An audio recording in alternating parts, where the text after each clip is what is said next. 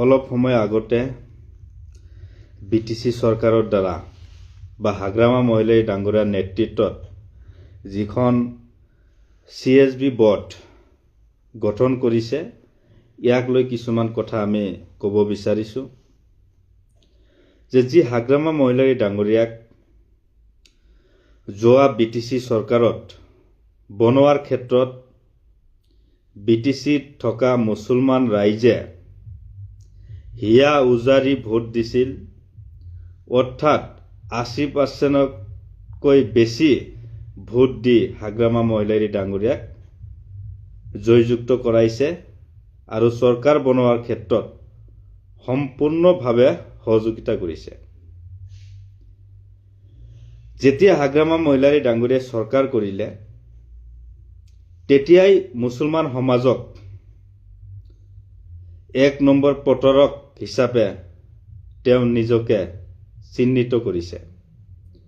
কিয়নো নিৰ্বাচনৰ আগত হাগ্ৰামা মহিলাই ডাঙ্গৰীয়াই বা BPF দলৰ নেতা সকলে সভা সমিতিত কৈ ফুৰিছিল যে আমি অকলে সৰকাৰ কৰিম, আমি বিজেপিৰ লগত সৰকাৰ নকৰো বা বিজেপিৰ লগত UPPL আছে, গতিকে কোনো পধ্যেই যি বিজেপিয়ে মুছলমানক ইমান অত্যাচার কৰি আছে, হাৰাশাস্তি কৰি আছে, এই বিজেপিৰ লগত কোনো পধ্যেই আমি নাযাম। কিন্তু দেখা গল একক সংখ্যাগৰিষ্ঠতা পোৱাৰ পিছতো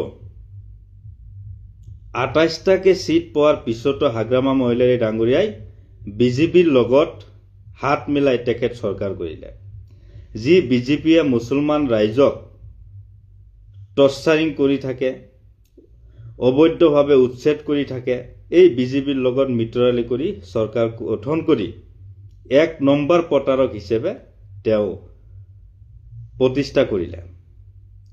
দ্বিতীয় নম্বৰ প্ৰতাৰক হিচাপে তেওঁ নিজকে জাহিৰ কৰিলে যে যেটো CSB বোর্ড আজি সোশ্যাল মিডিয়াত আমি দেখিবলৈ পাইছো 11 জনীয়া যিখন কমিটি দুৰ্ভাগ্যবশতে কিন্তু এজনো মুছলমানৰ নাম তাতে অন্তৰ্ভুক্ত কৰা নহল।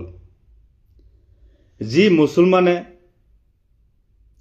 বিটিসি সৰকাৰ বনোৱাৰ ক্ষেত্ৰত সম্পূৰ্ণভাৱে নিস্বাৰ্থভাৱে ভোটদান কৰি সৰকাৰ বনালে আৰু এই মুছলমানক হাগ্ৰামা মহিলাই ডাঙ্গৰীয়াই যি প্ৰতাৰক হিচাপে বা প্ৰতাৰণা কৰিলে এইটো আসলতে দুৰ্ভাগ্যজনক। গতিকে এই ক্ষেত্ৰত আমি হাগ্ৰামা মহিলাই ডাঙ্গৰীয়াক প্ৰশ্ন কৰিব খুজিছো যে কিহৰ ভিত্তিত কিহৰ কাৰণত মুছলমান সকলক বা মুছলমানৰ পৰা এজনো CSB বোৰ্ডৰ মেম্বাৰ দিয়া নহল, না ভোটৰ অংকৰ কাৰণে বা ভোটৰ স্বাৰ্থত নিৰ্বাচনৰ আগত তেওঁ এইবোৰ মিছা মিছা কথা কৈছিল। গতিকে সকলোখিনি ৰাইজে বিবেক বিবেচনা কৰিব। আগন্তুক বিধানসভা নিৰ্বাচন আছে নিশ্চয়, আৰু হাগ্ৰামা মহিলাই ডাঙ্গৰীয়া যিটো স্টেটমেন্ট আমি দেখিবলৈ পাইছো, তেখেত ক্লিয়াৰলি কৈ আছে যে বিজেপিৰ লগত এলায়েন্স হৈ নিৰ্বাচনত অৱতীৰ্ণ হ'ব। গতিকে আমি বেছি কথা আমি ক'ব বিচৰা নাই। মুছলমান ভাইসকলক বা মুছলমান ৰাইজক এইবোৰ কথা বা হাগ্ৰামা মহিলাই ডাঙ্গৰীয়াই মুছলমানৰ লগত কৰা প্ৰতাৰণা ফল যাতে অহা বিধানসভা নিৰ্বাচনত দিয়ে, এটুকে আমি মুছলমান সমাজক বিনম্ৰতাৰে আমি অনুৰোধ জনাইছো।